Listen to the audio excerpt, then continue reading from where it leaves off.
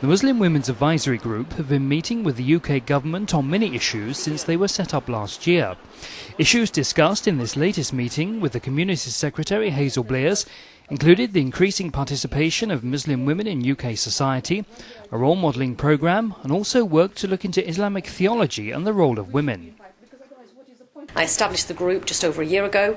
They've now developed 3 projects looking at getting more Muslim women involved in public life, looking at role modelling, looking at the role of theology and particularly its impact on women in our communities. They're a group of very articulate, powerful women who are from every region of the country. So it's not dominated by London. There are women here from the North East, the North West, the South East, the Midlands, and I think that they're a great group and they are significantly influencing my thinking and indeed the whole of government.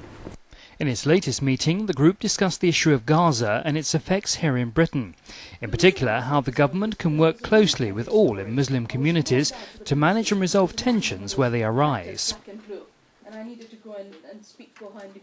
You can entirely understand and appreciate that particularly young people, seeing the pictures that we've seen in relation to Gaza and the impact on ordinary families and mothers and children will feel very angry indeed. My concern is that there are some people in this country who will want to turn that anger into support for the extremist messages that they peddle.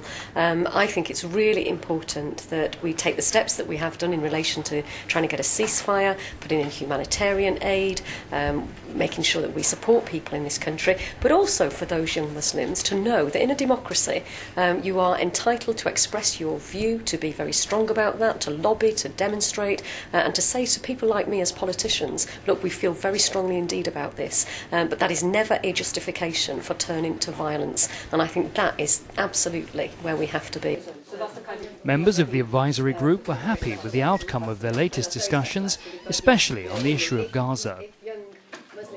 We thank the government for making efforts in achieving the ceasefire, because on the ground, as a woman that leads a couple of organisations, I was constantly hearing from Muslim communities, actually the government are not doing anything, and being sort of someone that's kind of in the middle, has a channel to the community, has a channel to government, I realised actually the government were doing playing their part in trying to achieve the ceasefire.